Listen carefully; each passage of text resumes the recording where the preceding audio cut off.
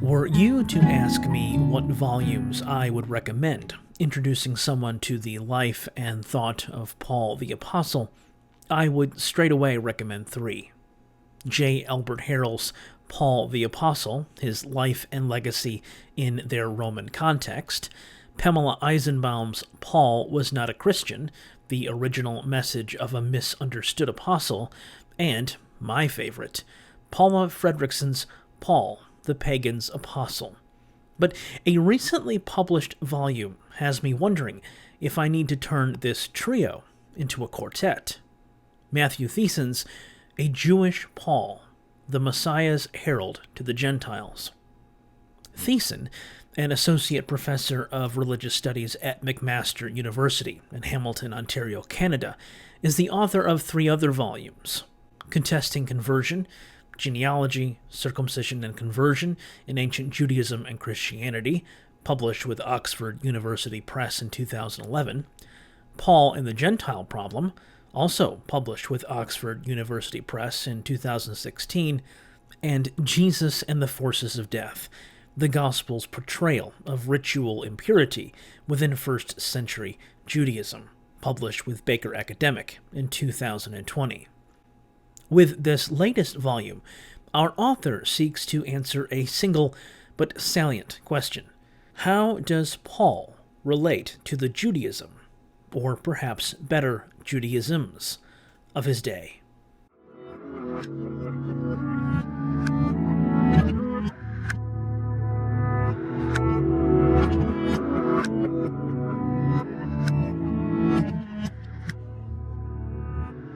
With the volume's introduction, Thiessen lays out the various ways that question has been answered. Though appreciative of certain elements found within a trio of popular interpretive frameworks, he nevertheless finds himself opposed to a view held common among them that Paul must have thought something was inherently flawed with, wrong about, or absent from Judaism. Set in his own context, our author argues, Paul is best understood as one ancient Jew living and thinking and acting within a diverse Jewish world. Getting to that context is easier said than done, but our author manages to, in the words of the title of Chapter 1, make Paul weird again. First by problematizing jargon like Christian, apostle, and more, and then by donning the mantle of a paleontologist, urging us to read Pauline fossils, that is, his letters, in light of the stratum in which they were composed.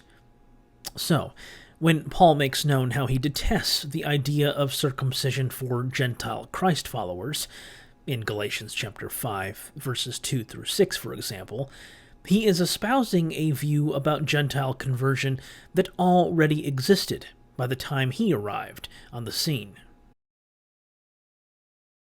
Yet readers have taken texts like the aforementioned section from Paul's letter to the Galatians and universalized them, contending that they apply equally to Gentile and Jew.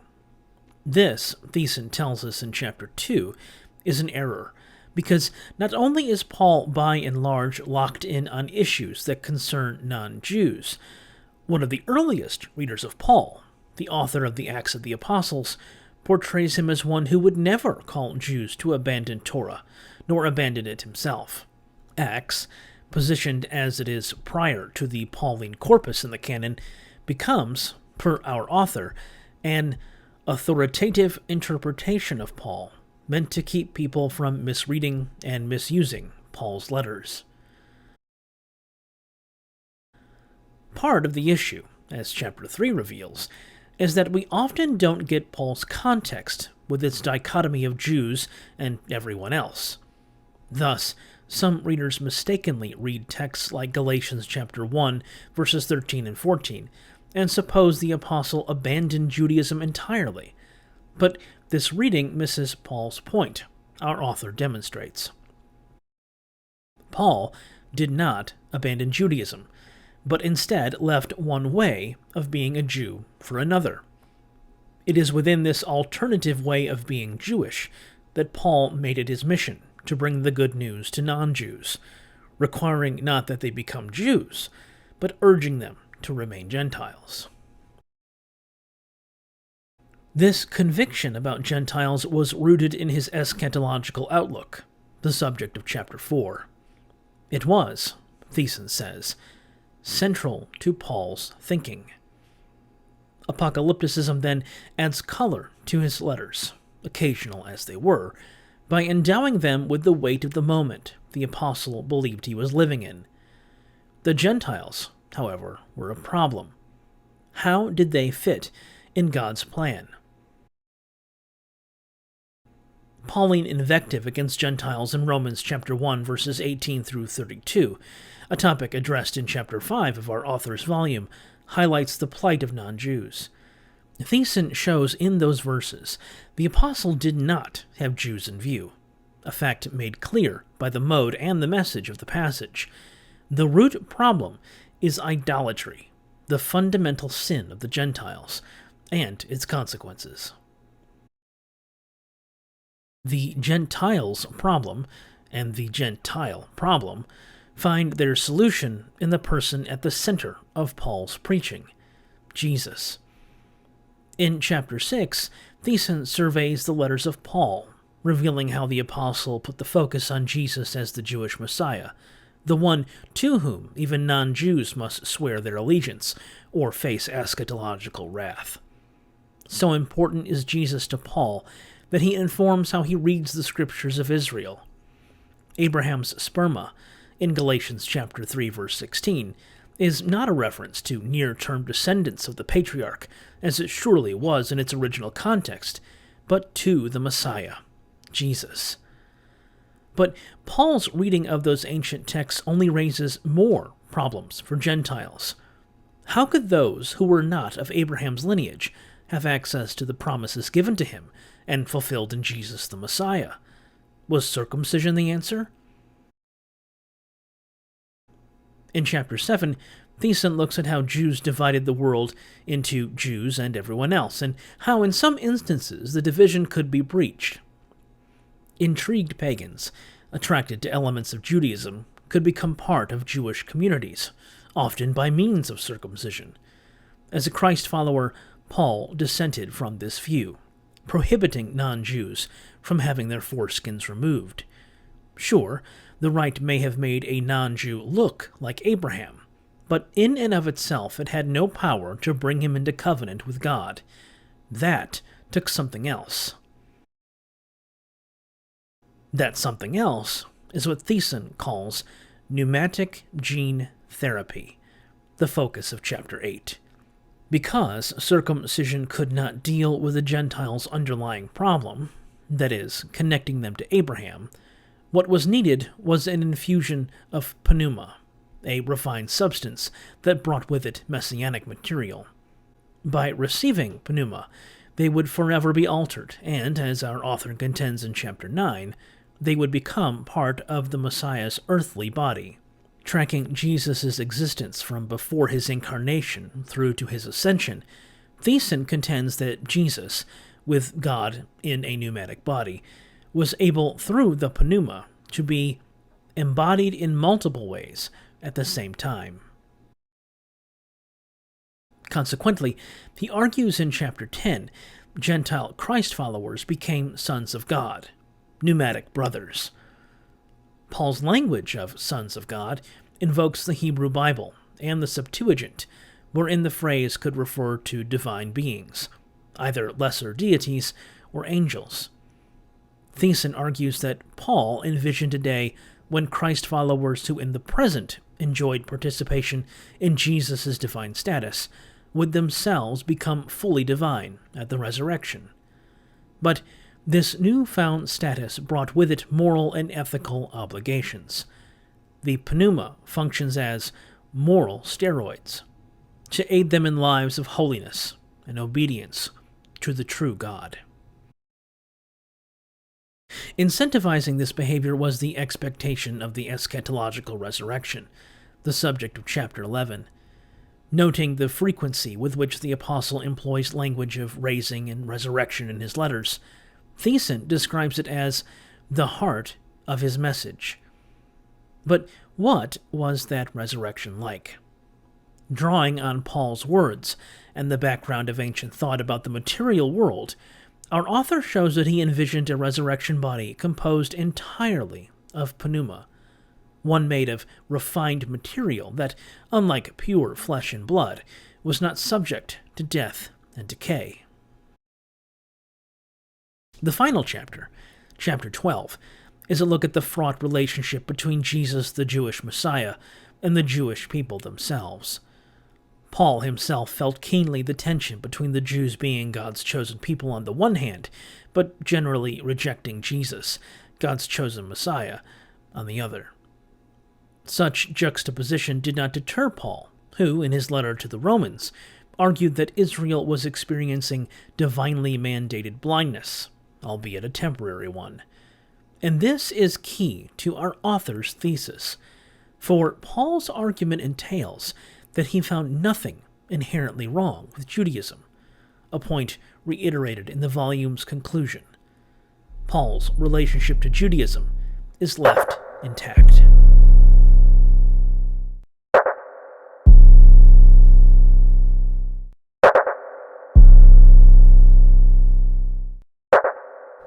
For those familiar with the debates over Paul's relationship to Judaism and Torah observance, Thiessen's position quite clearly fits within the interpretive framework often referred to as the radical new perspective, or, better, Paul within Judaism. For scholars in this camp, the Apostle Paul should be thought of as thoroughly Jewish. As Paula Fredrickson queries, why is it so difficult to think of Paul without apology as a practicing Jew?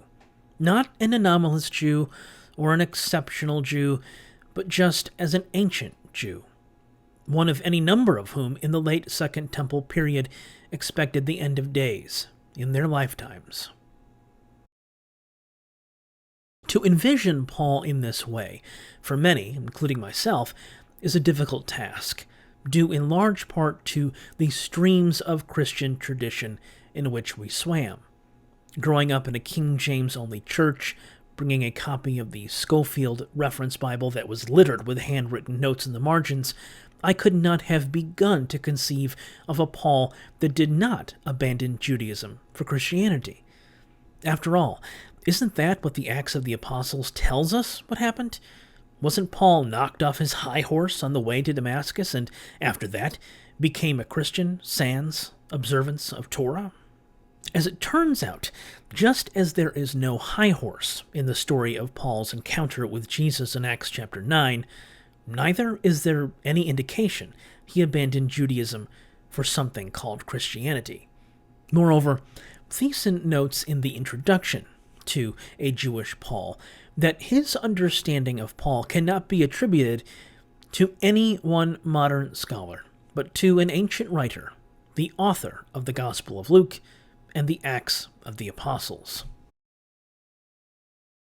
He elaborates on this more in chapter 2, briefly examining how the author of Luke Acts portrays the apostle in his version of events. On one level, this appeal to Acts is surprising. Scholars have long been skeptical of Luke's narrative about the earliest Christ followers, pointing to vignettes that seem absurd or details that seem unlikely. The perceived unreliability of Acts has led some scholars to table it altogether, making use of it sparingly to either corroborate data found in the epistles or to provide color. For example, J. Albert Harrell writes in Paul the Apostle, although using Acts as a primary source for Paul may seem understandable, given the importance of Paul as a major character in the book and its coherence as a narrative, it is highly misleading in reconstructing a context for the historical figure. Accepting the book of Acts literally as straightforward and unproblematic evidence of Paul's life is naive. Harrell goes on to distinguish between primary sources like the undisputed letters of Paul and secondary sources like the Acts of the Apostles. For my part, I think the best approach to reconstructing the Apostle Paul is to distinguish sources the way that Harold does. The Acts of the Apostles is hardly objective and fits into a genre known as apologetic historiography. This, of course, does not mean that Acts is wholly unreliable. Not only is reliability rarely an either-or proposition, but when it comes to ancient sources, the language of reliability always requires nuance. We do well, then, to heed the words of Luke Timothy Johnson regarding Acts. It is unrealistic to hold Luke to a standard of perfect factual accuracy, failing which he is dismissed as a novelist. Narrative can be significantly shaped by an author's imagination and still report substantial historical information. No responsible historian dismisses Josephus's Antiquities of the Jews or Suetonius's Lives of the Caesars because they are embroidered with gossip and exaggeration. Recognizing the ways in which Luke literarily shapes his narrative, in fact, is an important step toward recognizing the kind of history he was attempting to write. The Acts of the Apostles may be problematic in many ways, but it can nevertheless be a useful source when employed judiciously. Thiessen, however, isn't interested in the question of Acts' reliability, at least not directly. Instead, he appeals to Acts in a bid to show that his own reading of Paul is not this novel thing conjured up after 2,000 years of theology and scholarship. Whether one believes Acts to have been written in the 60s of the 1st century or later in the early 2nd century, the main takeaway is that it remains an early interpretation of Paul. How does its author understand the man? Is the Lucan Paul one who abandoned Torah and taught everyone, Jew and Gentile, to do the same? The answer, per Thiessen, is a resounding no. He takes readers through a story found in Acts chapter 21, verses 17 through 26, in which Paul returns to Jerusalem and is greeted by James and the elders. After detailing the success of his journey, the reaction by the leaders is one of praise that is followed up by a potentially devastating accusation, namely that Paul has been telling Jews in the diaspora to abandon Torah. Reading this account, two things become clear. First, the leaders have no concern that Jewish followers of Jesus are zealous for the law. Second, they do not think that Paul has actually taught what he is accused of teaching. In a bid to appease those who accuse Paul of Jewish heterodoxy, the leaders ask him to undergo a rite of purification with some other men and thereby demonstrate that there is nothing in what they have been told about you, but that you yourself observe and guard the law. A Torah-free Paul would have refused. The Lucan Paul obeys.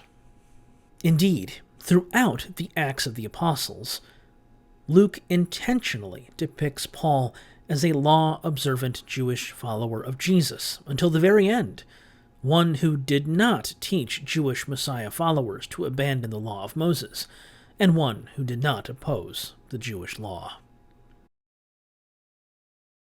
This scene is important for, as Thiessen points out, it sets up a choice for those who believe Paul was Torah-free. They must either reject Acts and its portrayal of Paul, or they must accept it and abandon their own portrayal of him.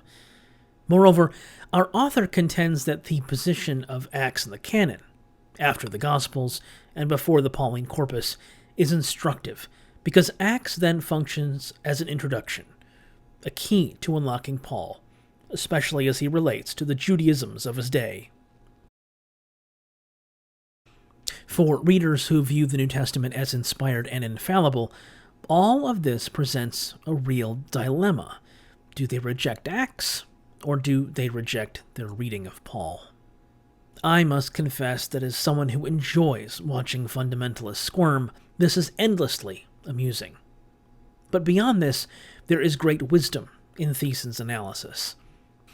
He's not advocating that we must read Paul's letters in light of Acts, nor that we must read Acts in light of Paul's letters. He's arguing instead that we have, on the basis of an early interpretation of the apostle, a means by which we can make Paul less anachronistic than many modern interpretations make him. If Luke could understand Paul to be a faithful Jew, why can't we?